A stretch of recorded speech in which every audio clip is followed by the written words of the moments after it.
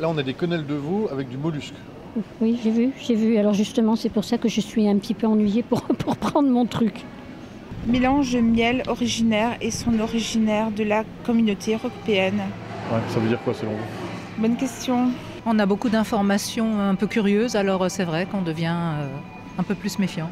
Et il y a de quoi. Les ficelles utilisées par les fabricants sont de plus en plus énormes et le consommateur a bien du mal à se fier à l'étiquetage. Pire encore, plus c'est indiqué en grand, plus il faut se méfier. Certaines allégations sont à la limite du mensonge, tout simplement parce que la législation le permet, il faut le dire, c'est légal. Par exemple, lorsqu'on voit sans édulcorant, sans additif, avec l'astérisque, il faut regarder derrière le paquet, il renvoie à une appellation aux usages professionnels conformément à la loi, ce qui ne veut absolument pas dire qu'il n'y a pas d'additif ou d'édulcorant, mais que c'est fait dans une certaine mesure qui est tolérée. Prenons un exemple concret, celui du miel, un produit sain a priori.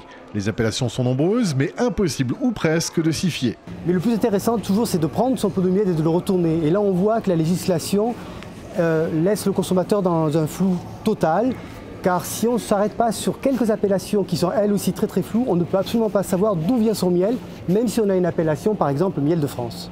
Et c'est la Chine qui fournit en ce moment une bonne partie du miel vendu en France. Bref, mieux vaut disposer d'un décodeur. C'est ce que vous propose le dernier numéro du Consommateur de l'Alsace et son dossier consacré aux grands mensonges des étiquettes. Il est disponible dans tous les kiosques. À la semaine prochaine.